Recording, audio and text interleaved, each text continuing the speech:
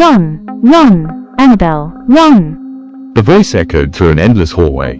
Annabelle's heart pounded like a drum. She ran, bare feet slapping against the cold floor, breath ragged, tears streaming down her face. But no matter how fast she ran, she felt something pulling her back, a heavy, invisible force gripping her like claws digging into her skin. Run! The voice screamed again. He's coming! She pushed harder, muscles burning, lungs on fire, but the hallway stretched on forever. No doors, no windows, no escape. Behind her, the sound of footsteps grew louder. Heavy, slow, inhuman. Annabelle turned her head slightly, just enough to see a shadowy figure, tall and grotesque, reaching out for her. She screamed, she ran, but the hallway never ended. Annabelle turned her head and froze. Behind her was a figure. Its skin was pale and rotting, chunks of flesh hanging like melted wax. Its eyes glowed an eerie red, and with each step, black ooze dripped from its body onto the floor. It wasn't walking, it was running. Run! Annabelle, run! The voice screamed again, echoing through the endless hallway. Her heart nearly leapt out of her chest. She ran faster, legs trembling, arms flailing. But no matter how hard she pushed herself, it felt like the hallway stretched longer and longer, trapping her in an eternal nightmare. The footsteps thundered behind her, closer, closer. She could feel its icy breath on her neck, the stench of death choking her lungs. No! Annabelle screamed, forcing her legs to go faster. But suddenly, a hand grabbed her shoulder. She turned. The zombie-like figure lunged forward, its mouth wide open, teeth jagged and dripping with black slime. Annabelle shrieked. And in that instant, she bolted upright in bed. Sweat poured down her face, her nightgown stuck to her skin. Her chest heaved, gasping for air. For a moment, she sat frozen in the darkness of her small room, heart racing, body trembling. She whispered to herself, it was just a dream, just a dream. But then, she felt it. A cold presence in the corner of the room. Something watching her, something breathing. Annabelle slowly turned her head toward the shadows. Annabelle's breath grew shallow as her eyes adjusted to the darkness. In the far corner of her room, something moved. At first, it looked like just a shadow, tall and twisted against the wall. But then, two glowing red eyes opened in the darkness. Her heart stopped. It was the same zombie-like figure from her dream. The same rotting skin, the same jagged teeth. But this time, it wasn't a dream. The creature stepped forward, its feet dragging on the floor with a sickening scrape. The stench of decay filled the air. Annabelle tried to scream, but no sound came out. She was frozen, paralyzed, as the figure leaned closer, closer, until its cold, rotten breath brushed against her face. And then, in a low, guttural voice, it whispered, "You are mine now, Annabelle." The lights in the room flickered. Her body convulsed, and in that moment, everything went black. How it all began. Annabelle was a young girl hustling in the city all by herself. Life was hard. She was an orphan, with no one to call family. Each day, she lived from hand to mouth, doing anything she could just to survive. She once tried to escape her struggles by starting a small business. She poured every little thing she had into it. But within just a few months, the business collapsed, and with it, all her hopes. She had no money, no support, no future. Now she was back to square one. No money, no home, no one to run to. One afternoon, Annabelle sat on a bench, staring into nothingness, questioning her life. A lady driving by noticed her and stopped. "What's wrong with you?" the lady asked. With tears in her eyes, Annabelle narrated her entire story. The woman listened carefully and then said something that would change Annabelle's life forever. "Get in the car. Let's go talk." That conversation changed Annabelle's life forever. The woman introduced her to a world she had never imagined, the hookup industry. Rich men, politicians, businessmen, money, luxury, and gifts in exchange for one thing, her body.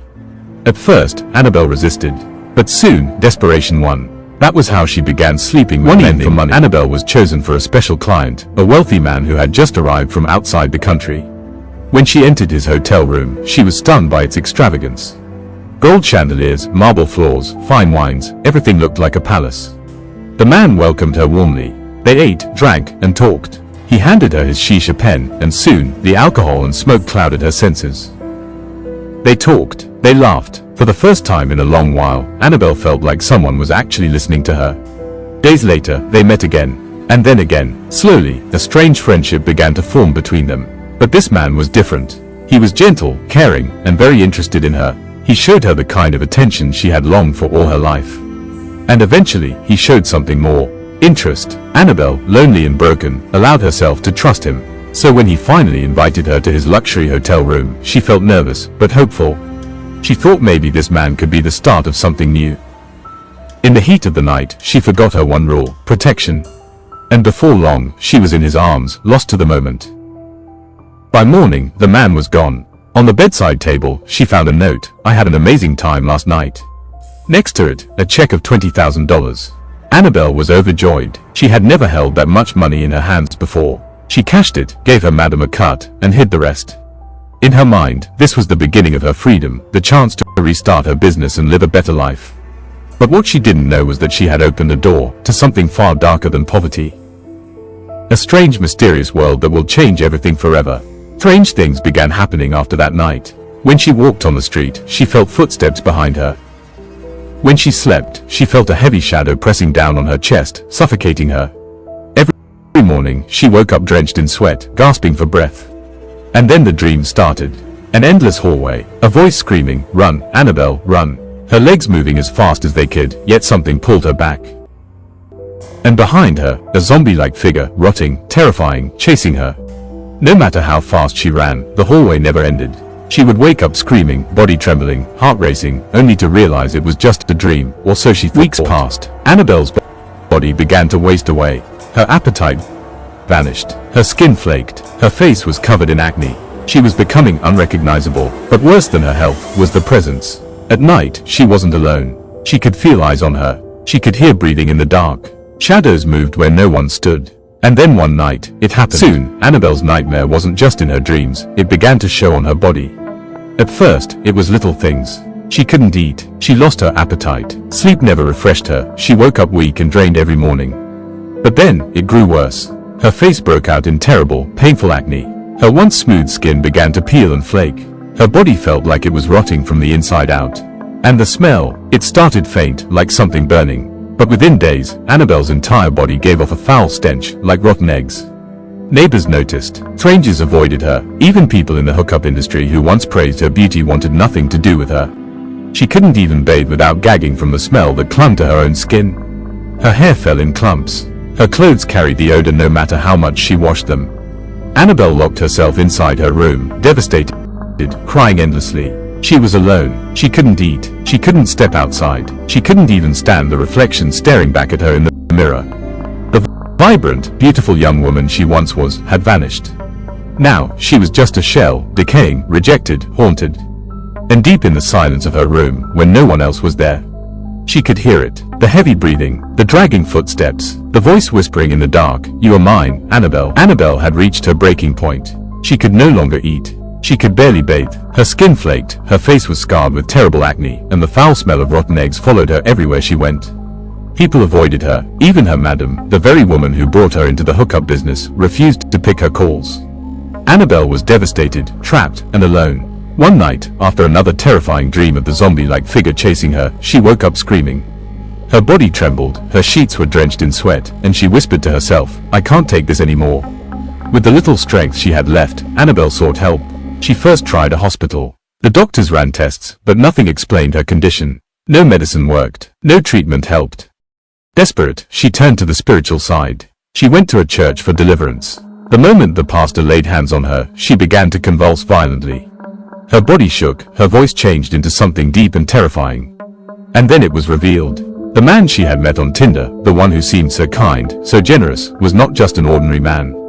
He was connected to dark, occult forces. Sleeping with him had transferred something into her life, a curse, a spiritual chain binding her to the dead. That was why she smelled of rot. That was why her skin peeled. That was why the shadows chased her in her dreams. She hadn't just met a man. She had slept with something inhuman. The pastor's voice echoed through the room. "Annabelle, you opened a door that should never have been opened.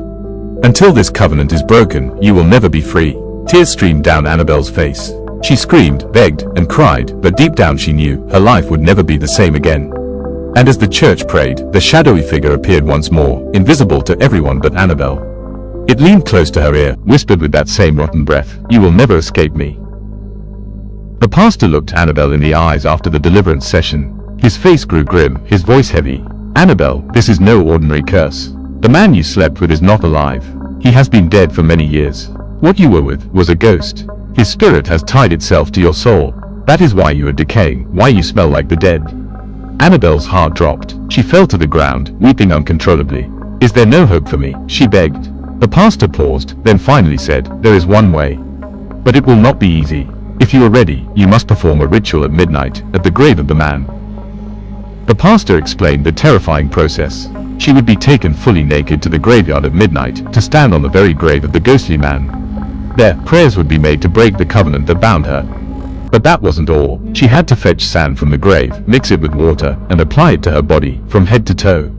And she had to leave it there, not for hours, but for 3 whole days. For those 3 days, Annabelle would not eat. She would not drink. She would not speak to anyone. She would remain in isolation, fasting and praying.